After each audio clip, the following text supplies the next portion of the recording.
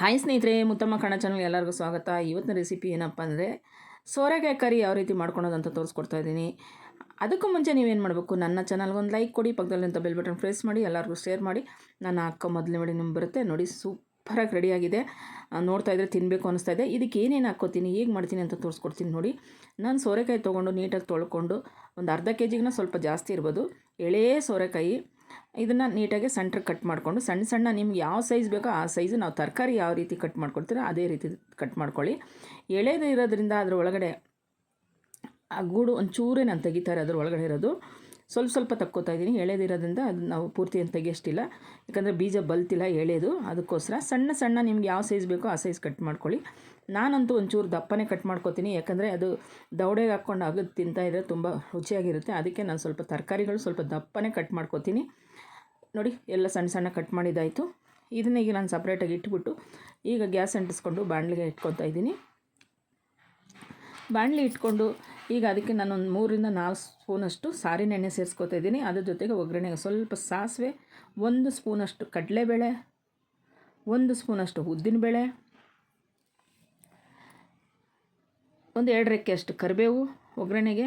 ಇಷ್ಟೇ ಬೇಕಾಗಿರೋದು ಒಗ್ಗರಣೆಗೆ. ಇದನ್ನೆಲ್ಲ ಹಾಕ್ಕೊಂಡು ಈಗ ಸ್ವಲ್ಪ ಅದು ಕರಿಬೇವಿನ ಸೊಪ್ಪು, ಕಡಲೆಬೇಳೆಲ್ಲ ಸ್ವಲ್ಪ ಕಲರ್ ಚೇಂಜ್ ಆದಮೇಲೆ ಏನು ನಾನು ಹಚ್ಚಿಟ್ಕೊಂಡಿದ್ದ ಸೋರೆಕಾಯಿನ ಅದಕ್ಕೆ ಸೇರಿಸ್ಕೊತಾ ಇದ್ದೀನಿ. ಹಾಗೆ ಅದ್ರ ಜೊತೆಗೆ ಒಂದು ಸ್ವಲ್ಪ ರುಚಿಗೆ ತಕ್ಕಷ್ಟು ಉಪ್ಪು, 1/4 ಸ್ಪೂನಷ್ಟು ಅರಿಶಿನ ಸೇರಿಸ್ಕೊತೀನಿ. ಸೇರಿಸ್ಕೊಂಡು ಇದನ್ನು ನೀಟಾಗಿ ನಾವು ಈ ಅರಿಶಿನ, ಉಪ್ಪು ಎಲ್ಲ ಮತ್ತು ಒಗ್ಗರಣೆದೆಲ್ಲ ಚೆನ್ನಾಗಿ ಹಿಡಿಯೋ ಥರ ಕೆಳಗೆ ಮೇಲೆ ಆ ಕಡೆ ಈ ಕಡೆ ಎಲ್ಲ ಚೆನ್ನಾಗಿ ಕೈ ಆಡಿಸ್ಕೊಂಡು ತಿರುವ್ಕೋಬೇಕು. ಇದನ್ನು ತಿರುಗಿಬಿಟ್ಟು ಇದಕ್ಕೆ ಒಂದು ಪ್ಲೇಟ್ ಹಾಕಿ ಏನಿಲ್ಲ ಅಂದರೆ ಒಂದು 5 ನಿಮಿಷ ಸಣ್ಣ ಉರಿಯಲ್ಲಿ ಬೇಯಕ್ಕೆ ಬಿಡಬೇಕು.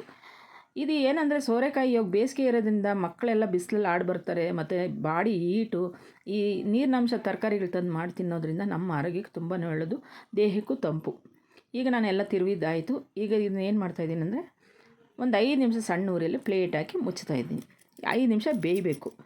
5 ನಿಮಿಷ ಬೆಂದ ಮೇಲೆ ಮತ್ತೆ ಅದನ್ನು ನಾನು ತೆಗೆದು ನೋಡ್ತಾ ಇದ್ದೀನಿ ನೋಡಿ, ಬೆಂದಿದೆ. ಇನ್ನೂ ನೋಡಿ ಕಾಣಿಸ್ತಾ ಇದೆಯಲ್ಲ, ಇನ್ನೂ ಸ್ವಲ್ಪ ಬೇಯಬೇಕು. ಈಗ ಮತ್ತೆ ತಿರ್ಗಿ ಅದನ್ನೆಲ್ಲ ಕೈ ಆಡಿಸಿ ತಿರುಗಿಬಿಟ್ಟು ಈಗ ಮತ್ತೆ ಇನ್ನೊಂದು 5 ನಿಮಿಷ ಸಣ್ಣ ಉರಿಯಲ್ಲಿ ಬೇಯಕ್ಕೆ ಬಿಡ್ತೀನಿ. ಇದು 5 ನಿಮಿಷ ಬೇಯೋಷ್ಟೊತ್ತಿಗೆ ನಾನು ಮಸಾಲೆಗೂ ರೆಡಿ ಮಾಡ್ಕೊಂಬಿಡ್ತೀನಿ. ಮಸಾಲೆಗೆ ಏನೇನು ಹಾಕ್ಕೋತೀನಿ ಸೋರೆಕಾಯಿ ಕರಿಗೆ ನೋಡ್ಕೊಳ್ಳಿ. ಮೊದಲಿಗೆ ಒಂದು ಈರುಳ್ಳಿ, ಹಸಿದೆ ಎಲ್ಲನೂ, ಒಂದು ಈರುಳ್ಳಿ ಸೇರಿಸ್ಕೊತಾ ಇದ್ದೀನಿ. ಅದ್ರ ಜೊತೆಗೆ ಒಂದು ನಾಟಿ ಟೊಮೊಟೊನೇ ನಾನು ಜಾಸ್ತಿ ಬಳಸೋದು. ಏನಕ್ಕಂದರೆ ನಾಟಿ ಟೊಮೊಟೊ ತುಂಬ ರುಚಿಯಾಗಿರುತ್ತೆ, ಅದಕ್ಕೋಸ್ಕರ ನಾನು ನಾಟಿ ಟೊಮೊಟೊ ಬಳಸ್ತೀನಿ. ಒಂದು 2 ಇಂಚಷ್ಟು ಹಸಿ ಕೊಬ್ಬರಿ ಹಾಕ್ಕೊಂಡಿದ್ದೀನಿ, ಒಂದು 4-5 ಗುಂಟೂರು ಮೆಣಸಿನ್ಕಾಯಿ ಹಾಕ್ಕೊಂಡಿದ್ದೀನಿ. ಅದ್ರ ಜೊತೆ ಕಲರ್ಗಂತ ಗುಂಡು ಮೆಣಸಿನ್ಕಾಯಿ ಹಾಕ್ಕೊಂಡಿದ್ದೀನಿ. ಬೇಡಿಗೆ ಮೆಣಸಿನ್ಕಾಯಿ ಬೇಕಾದರೆ ನೀವು ಬೇಡಿಗೆ ಮೆಣಸಿನ್ಕಾಯಿ ಹಾಕ್ಕೋಬೋದು. ಸ್ವಲ್ಪ ಕೊತ್ತಂಬರಿ ಸೇರಿಸ್ಕೊತಾ ಇದ್ದೀನಿ. ಅದ್ರ ಜೊತೆಗೆ ಮತ್ತೆ ಒಂದು 1/4 ಸ್ಪೂನಷ್ಟು ಜೀರಿಗೆಯನ್ನು ಸೇರಿಸ್ಕೊತಾ ಇದ್ದೀನಿ. ಇಷ್ಟು ಸೇರಿಸ್ಕೊಂಡು ಇದಕ್ಕೆ ನೀರೇನು ನಾವು ಸೇರಿಸೋಷ್ಟಿಲ್ಲ, ಯಾಕಂದರೆ ಟೊಮೊಟೊ ಇರೋದ್ರಿಂದ ಇದು ಚೆನ್ನಾಗಿ ಮಿಕ್ಸಿ ಆಗುತ್ತೆ, ರುಬ್ಕೋಬೋದು. ಈಗ ನಾನು ಮಿಕ್ಸಿ ಮಾಡ್ಕೊತಾ ಇದ್ದೀನಿ. ತೀರಾ ನುಣ್ಣಗೆ ಮಾಡ್ಕೊಬಾರ್ದು, ಸ್ವಲ್ಪ ತರಿ ಥರ ಇರಬೇಕು. ನಾವು ರವೆ ಇರುತ್ತಲ್ಲ ಆ ಥರ ತರಿ ಇರಬೇಕು ನೋಡಿ. ಕಲರೆಲ್ಲ ಚೇಂಜ್ ಆಗಿದೆ, ಚೆನ್ನಾಗಾಗಿದೆ. ಈಗ ಇದನ್ನು ನಾನು ಏನು ಮಾಡ್ತೀನಿ ಅಂದರೆ, ಇವಾಗ ನಾವು ಸೋರೆಕಾಯಿ ಏನು ಬೇಯಕ್ಕಿಟ್ಟಿದ್ರು, ಮೊದಲನೇ ಸಲ ಒಂದು ಸಲ ತಿರುವಿ ಮತ್ತು ಇನ್ನೊಂದು ಸಲ ತಿರುಗಿಬಿಟ್ಟು ಪ್ಲೇಟ್ ಹಾಕಿ ಮುಚ್ಚಿದ್ರಲ್ಲ, ಈಗ ನೋಡಿ ಬೆಂದಿದೆ. ನಮ್ಮ ಕಣ್ಣಲ್ಲೇ ಗೊತ್ತಾಗುತ್ತೆ, ಅಂದಾಜು ಮೇಲೆ ಗೊತ್ತಾಗುತ್ತೆ ಬೆಂದಿದೆ ಅಂತ. ಆದರೂ ಮಸಾಲೆ ಹಾಕಿ ನಾವು ಮತ್ತೆ ಇನ್ನೊಂದು 2 ನಿಮಿಷ ಬೇಯಿಸಬೇಕಾಗಿದೆ, ಯಾಕಂದರೆ ಹಸಿ ಮಸಾಲೆ ಹಾಕಿರೋದ್ರಿಂದ ಅದು 2 ನಿಮಿಷ ಬೆಂದರೆ ಮತ್ತು ಸೋರೆಕಾಯಿ ಎಲ್ಲ ಚೆನ್ನಾಗಿ ಹಿಡ್ಕೊಳ್ಳುತ್ತೆ. ಇದನ್ನು ನೀಟಾಗೆಲ್ಲ ಬಳಿದು ಮಸಾಲೆ ಅದಕ್ಕೆ ಸೇರಿಸ್ಬಿಟ್ಟು ಅದಕ್ಕೆ ಇನ್ನೊಂದು 2 ಸ್ಪೂನ್ 3 ಸ್ಪೂನಷ್ಟು ನೀರನ್ನು ಸೇರಿಸಿ ಮಿಕ್ಸಿ ಜಾರೆಲ್ಲ ನೀಟಾಗಿ ತೊಳೆದು ಅದಕ್ಕೆ ಸೇರಿಸ್ಕೊತಾ ಇದ್ದೀನಿ. ಇದಕ್ಕೆ ಸೇರಿಸ್ಕೊಂಡು ತಿರ್ಗಾ ಎಲ್ಲ ಚೆನ್ನಾಗಿ ತಿರುಗಿಬಿಟ್ಟು, ಏಕೆಂದರೆ ಈ ಮಸಾಲೆ ಎಲ್ಲ ಸೋರೆಕಾಯಲ್ಲಿ ಇಟ್ಕೋಬೇಕಲ್ಲ, ಆದ್ದರಿಂದ ಮತ್ತೆ ಚೆನ್ನಾಗಿ ತಿರುಗಿಬಿಟ್ಟು ಇದನ್ನು ಮತ್ತೆ ನಾವು 2-3 ನಿಮಿಷ ಹಸಿ ಸ್ಮೆಲ್ ಹೋಗೋವರೆಗೂ ಮತ್ತೆ ಒಂದು ಪ್ಲೇಟ್ ಹಾಕಿ ಸಣ್ಣ ಉರಿಯಲ್ಲೇ ಬೇಯಿಸ್ಕೋಬೇಕಾಗುತ್ತೆ ನೋಡಿ. ಎಲ್ಲ ಮಿಕ್ಸ್ ಮಾಡಿದ್ದಾಯಿತು, ಸೂಪರಾಗಿ ಮಿಕ್ಸ್ ಆಗಿದೆ. ಇನ್ನೂ ಬೇಯೋಕ್ಕೆ ಮುಂಚೆನೇ ನೋಡ್ತಾ ಇದ್ದರೆ ತಿನ್ನಬೇಕು ಅನ್ನಿಸ್ತಾ ಇದೆ. ಇನ್ನೂ ಬೆಂದ ಮೇಲೆ ಎಣ್ಣೆ ಬಿಟ್ಕೊಳ್ಳುತ್ತೆ, ಅವಾಗ ಇನ್ನೂ ಚೆನ್ನಾಗಿರುತ್ತೆ ನೋಡಿ. ಎಷ್ಟು ಸಖತ್ತಾಗಿದೆಲ್ಲ ಕರಿ. ಇದು ರೋಟಿ, ಚಪಾತಿ, ಪೂರಿ, ಪರೋಟ ಎಲ್ಲದಕ್ಕೂ ಚೆನ್ನಾಗಿರುತ್ತೆ ಈ ಥರ ಕರಿ.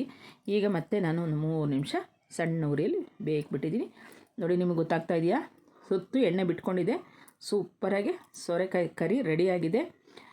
ಇದು ಮಕ್ಕಳಿಗೆ ಮಾಡಿಕೊಡಿ, ಯಾಕಂದರೆ ಇವಾಗ ರಜೆಗಳಿರೋದ್ರಿಂದ ಬಿಸಿಲಲ್ಲಿ ಸುತ್ತಾಡ್ತಾ ಇರ್ತಾರಲ್ಲ, ಆವಾಗವಾಗ ಈ ಸೋರೆಕಾಯಿ ಆಗಲಿ, ಹೀರೆಕಾಯಿ ಆಗಲಿ, ನೀರಿನಂಶ ಈ ಸಾಂಬಾರು ಸೌತೆಕಾಯಿ ಈ ಥರದ್ದು ಮಾಡ್ಕೊಂಡು, ಸೌತೆಕಾಯಿ ಮತ್ತು ಹುಳಿ, ಮೊಸರು ಹುಳಿ ಆ ಥರ ಎಲ್ಲ ಮಾಡಿಕೊಡೋದ್ರಿಂದ ತುಂಬ ಚೆನ್ನಾಗಿರುತ್ತೆ ನೋಡಿ. ಸಖತ್ತಾಗಿ ರೆಡಿ ಆಯಿತು.